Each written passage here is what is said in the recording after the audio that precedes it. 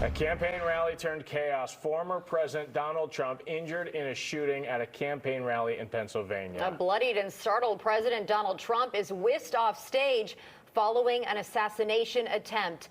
A bullet grazed his right ear as he was looking to his right while standing at a lectern. Trump ducks down quickly and remains down with the sound coming from what appeared to be the bleachers area. Secret Service agents, as you can see here in these photos, jumping onto the stage and eventually escorting him from the stage to a waiting vehicle.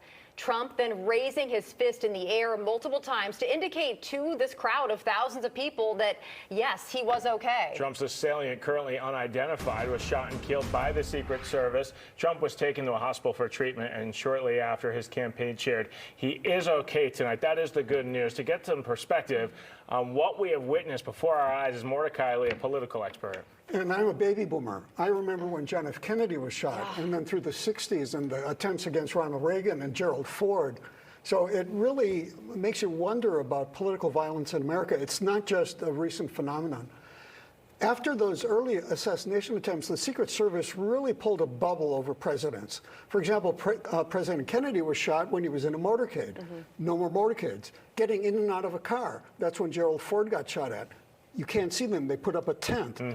Now, when they board Air Force One, it's always with their the limousine always protects the line of vision. So there's been a lot of efforts to protect presidents and former presidents, and here we've seen it's not working.